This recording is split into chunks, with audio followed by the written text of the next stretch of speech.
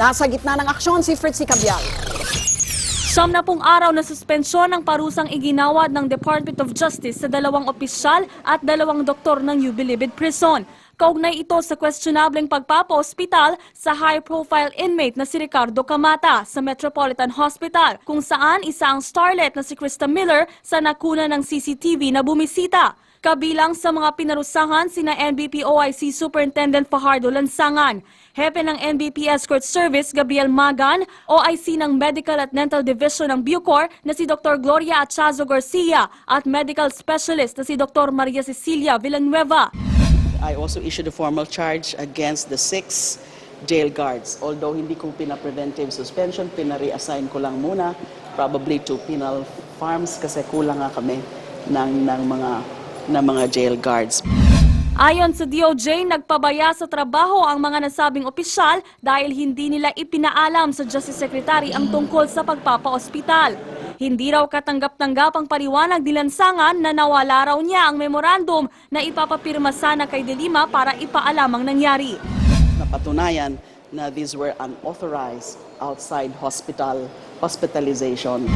Hindi rin napatunayang emergency ang kaso ni Camata. Lalo't sa kuha ng CCTV ng ospital, makikita si Camata na nakakalakad at patawa-tawa pa. Maging ang medical abstract raw na ginawa ng mga doktor kay Camata ay questionable. Wala pang inilalabas na komento ang mga sangkot na tauhan ng Bilibid. Dahil sa kaso ni Camata, iniimbestigahan na rin ng DOJ ang iba pang kaso ng VIP treatment sa mga preso.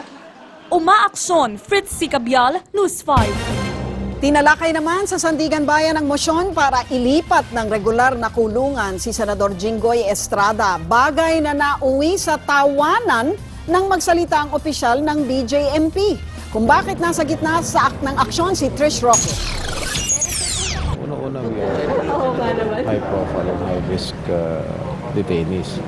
Ba't naman kami sasama sa mga ordinary detainees? Yan ang saloobin ni Senador Jinggoy Estrada tungkol sa mosyong ilipat siya sa regular na kulungan ng BJMP. Pero sa pagharap ni Senior Superintendent Romeo Vio na siyang Regional Director ng BJMP NCR, inamin niyang hindi nila magagarantiya ang seguridad ni Estrada sakaling matuloy ito. Sa estatistika kasi, ang bawat isang jail guard, 34 na detainees ang binabantayan. Ang dapat sana kasi ay isang jail guard sa bawat 7 detainee. Sa Camp Bagong Diwa, dapat nasa mahigit 1,200 lang ang nakakulong, pero ang naroon nasa higit 2,500 na. Ang Quezon City Jail sa Kamuning na pinakamalapit sa Sandigan Bayan, 174 lang ang kapasidad pero higit kumulang 3,000 na ang detainee. Dahil dito, posible raw na magkarayot. Ang mga maestrado natawa at inubo sa paliwanag na ito. The BJMP facility in Camp Bagong Diwa is not fully equipped to accommodate high-profile detainees like Senator Estrada. Pero kung ipag-utos ito ng korte, wala naman daw magagawa ang BJMP kundi sumunod. Suwestyon naman ang prosekusyon, i-convert ang ilang opisina para maging kulungan ni Estrada. Pero hindi kontento rito ang mga abogado ni Estrada. We have to consider also, Senator Estrada is still an incumbent senator. Binigyan ng tig-5 araw ang prosekusyon at depensa para isumite ang kanilang posisyon bago magdesisyon ng korte. Umaaksyon, Trish Roque, News 5. Sa mga kapatid nating happy and gay, aba, good news po. Best place kasi ang Pilipinas sa buong Southeast Asia para sa LGBT community. Ayon po yan sa survey ng isang research firm. Ano-ano pa kaya ang mga bansang gay-friendly? Nasa gitna ng aksyon si Sean Yao. May bagong dahilan ang mga kapatid nating miyembro ng LGBT community para mas maging loud and proud. Ayon kasi sa isang US research firm, nasa ika-22 pwesto ang Pilipinas mula sa mahigit 100 bansa sa buong mundo na mainam na lugar para sa mga LGBT. Ito ang nagbigay daan para ituring ang Pilipinas na friendliest country para sa mga LGBT sa Southeast Asia dahil daw ito sa Filipino hospitality. Sumunod sa atin ang Cambodia, Myanmar, Thailand, Vietnam at nasa dulo naman ng listahan ang Indonesia. Sa survey na isinagawa sa pagitan ng 2009 at 2013, 58% sa mga respondent ang nagsabing gay-friendly raw ang Pilipinas, habang 38% naman ang nagsasabing hindi. Ang natitirang 4%, no comment o walang sagot sa tanong. Pasok naman sa top 5 LGBT-friendliest countries ang Netherlands, Iceland, Canada, Spain at United Kingdom. Habang nasa panghuling spot naman ang mga bansang Indonesia, Mali, Uganda, Pakistan at Senegal. Para sa chairman at founder ng Ladlad na si Danton Remoto, malaking bagay ang resulta ng survey para sa LGBT community. Kasi pinapakita niya na yung ginagawa namin for the past 24 years ay nagbunga na. Pero mas maging hamon pa raw sana ito para pag-igihin ng pamahalaan ang pagkilala sa mga karapatan ng LGBT people. Ang pinaglalaban talaga ng LGBT sectors yung pagpapapasa ng anti-discrimination bill. Kasi hiningi naman ng LGBT ay pantay na karapatan lamang at hindi espesyal na karapatan. Umaaksyon, Sean Yao, News 5. At balik po tayo dito sa balita tungkol sa ating mga peacekeeping force na naiipit po sa Golan Heights. Tuloy pa rin po ang bakbakan at agawan ng teritoryo po doon. Alamin po natin ang pinakasariwang sitwasyon doon. Joining us from Syria is CNN senior correspondent Ben Wiedemann. Good afternoon, Ben. Interestingly enough, what we've been able to see is rebel fighters very close to the line that separates Syria from the Israeli-occupied Golan Heights. They were just walking a few meters away from the fence that separates the two sides.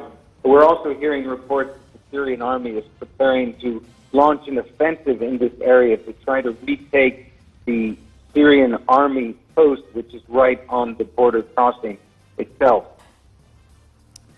Ben, this is Lucy. Do you hear me? We're airing live now from the Philippines. Yes, I can hear you. Hi, Ben. Yes, we didn't catch the first part of your statement earlier, of your report. Could you say that again for us? Were you giving us an update on the situation at the Golan Heights? Yes, I'm right now overlooking the border crossing point of Quneitra between the Israeli-occupied Golan Heights and Syria proper. We've been here for a few hours. We've seen a fair number of mortar and artillery shells landing in the general area, some not far from that UN outpost where we believe the Filipino peacekeepers are located. It seems to be mortar fire, artillery fire, not altogether clear what the source of that is. We're also seeing some of the rebel fighters who did day before yesterday take over the crossing, the Syrian side of the crossing between Golan Heights and Syria, some of them walking quite close to the fence that separates the two sides. As I was saying just a moment ago, we also have been hearing reports that the UN has been alerted to the possibility of a Syrian army counteroffensive in this area to retake the border crossing, the Syrian side of the border crossing that was taken over by Syrian rebels day before yesterday. Ben, could you give us a clearer identity of this armed group that's supposed to be holding hostages, particularly peacekeepers in the Golan Heights? Are they in any way related at all to the fearsome ISIS that we're hearing here in the Philippines and all over the world, for that matter, Ben? No, our information is that they're not part of the ISIS, the Islamic State in Iraq and Syria, which has a much larger presence in northern Syria. Here in southern Syria, they don't have much of a presence at all. But however, we do understand from Israeli military sources, and I believe the United States has confirmed this, that the Fijian peacekeepers who are being held, those 43 who were taken yesterday morning, are being held by members of the Nusra Front, which is a rebel group affiliated with Al-Qaeda, but a group that, even though it has used brutal methods in the past in the course of the ongoing war in Syria, has not sunken to the level of the Islamic State in Iraq and Syria. That's comforting to hear. What do you think are the prospects toward a positive resolution, at least for the peacekeepers from the Philippines?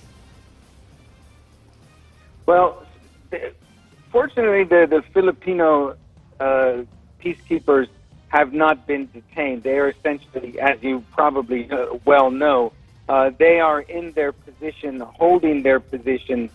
They have not surrendered their weapons, and we know that the United Nations is working intensely to resolve this standoff, this situation.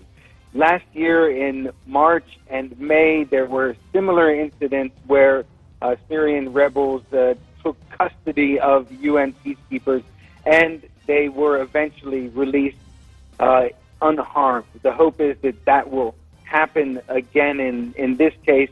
The difference now is that, of course, they're being held by the Nusra Front as opposed to before other rebel factions. On the other hand, it's important to keep in mind that it's not exclusively the Nusra Front that's involved in this military action on the Syrian side. It's other factions as well. Some of those factions certainly would not want to be affiliated or associated with any harm that might come to either the Fijian or the Filipino peacekeepers. All right. Thank you very much, Ben Weidman, CNN correspondent.